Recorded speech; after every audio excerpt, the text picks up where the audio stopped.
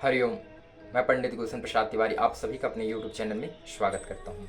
आइए हम जानते हैं कि किस प्रकार से हनुमान जी ने चंद्रदेव महाराज के घमंड को चूर किया था। एक बार हनुमान जी महाराज जो है संध्या के समय भगवान श्री रामचंद्र जी का जप कर रहे थे, ध्यान कर रहे थे। उसी समय शनिदेव महाराज का वहां पर सुंदर आगमन हुआ। जैसे आगमन हुआ, शनिदेव ने अभिमानवश बोले, हनुमान जी से कहा कि ऐ हनुमान जी, अब आज से आपके ऊपर मेरी शनि साढ़े साती जो है प्रारंभ होने वाली है। हनुमान जी ने कहा कि ऐसे देव, आप हमें क्षमा कीजिए और आप यहाँ से जाइए, क्योंकि यह हमारे भगवान का जप करने का समय है। आप अभी हमारे पास यहाँ मत आइए, इधर उधर ध्यान मत भटकाइए। हम अपने आराध्य देव का भजन कर रहे हैं, ध्यान कर रहे हैं। शनिदेव ने कहा, नहीं है, आज से तुम्हारे ऊपर शनि की साढ़े साती पड़ेगी। तब हनुमान जी ने कहा, ठीक है, अच्छा होता आप मुझ जैसे वृद्ध बूढ़े आदमी को छोड़ देते। तो शनिदेव ने कहा, वृद्ध आदमी जल्दी अस्वस्थ होता है और मृत्यु उनकी जल्दी होती है, और यम मेरा भाई है और मृत्यु का कार्य उनका है, और मुझे उनके लिए सहयोग करना पड़ता है।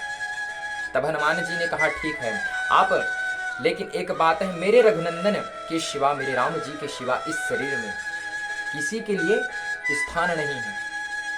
और आप आना चाहते हैं तो आप हमें यह बताएं कि आप कहाँ आएंगे, हमारे शरीर में कहाँ बैठेंगे। तब शनिदेव महाराज ने कहा कि सबसे पहले मैं मनुष्यों के सिर में जाता हूँ, सर में 2.5 वर्ष बैठता हूँ। सर में 2.5 वर्ष बैठता हूँ तो क्या करता हूँ, उसकी मति जो है, बुद्धि जो है, उसको नष्ट कर देता हूँ, उसकी बुद्धि नष्ट कर देता हूँ। सोचने समझने की क्षमता को हटा देता हूँ, नष्ट कर देता हूँ। और 2.5 वर्ष पेट में जाता हूँ, उदर में जाता हूँ, और उदर में जाकर के, पेट में जाकर के उसके स्वास्थ्य को बिगाड़ देता हूँ, उसके शरीर को खराब कर देता हूँ। और अंतिम जब 2.5 वर्ष आता है, वो उस समय मैं पैरों में जाता हूँ, और पैरों में जा करके उसको इधर उधर भटकाता हूँ। तब हनुमान जी बोले, ठीक है। ऐसे बोल करके शनिदेव महाराज हनुमान जी के मस्तक के ऊपर आकर बैठे। जैसे ही मस्तक के ऊपर आकर बैठे, हनुमान जी को खुजली होने लगी।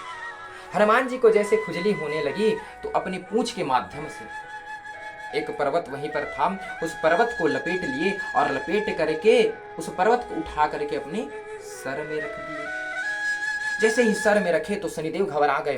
हनुमान जी से बोले, क्या कर रहे हैं आप? हनुमान जी ने कहा, मेरी सर मस्तक में खुजली हो रही है, और खुजली का एक उपाय है, यही करता हूं मैं। ऐसे बोले तो दूसरा पर्वत भी पूंछ के माध्यम से उठा और दूसरा पर्वत भी सर में रख दिया।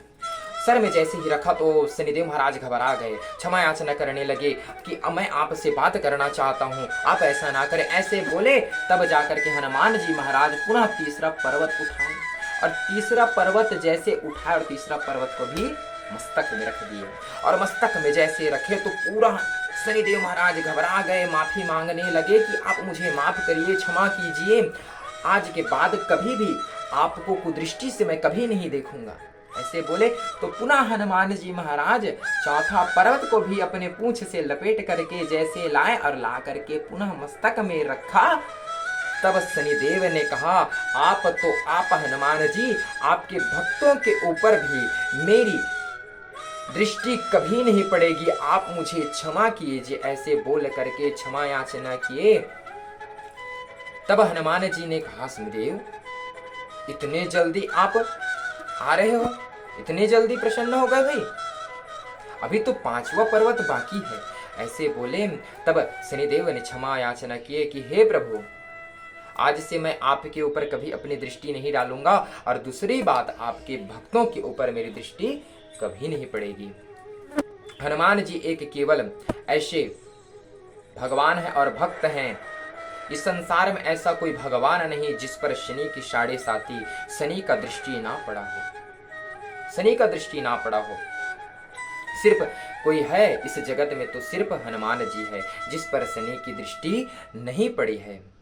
शनि तो अपने गुरुदेव जिन्हें बोलते हैं शिवजी महाराज, उनके ऊपर भी शनि की दृष्टि पड़ी थी।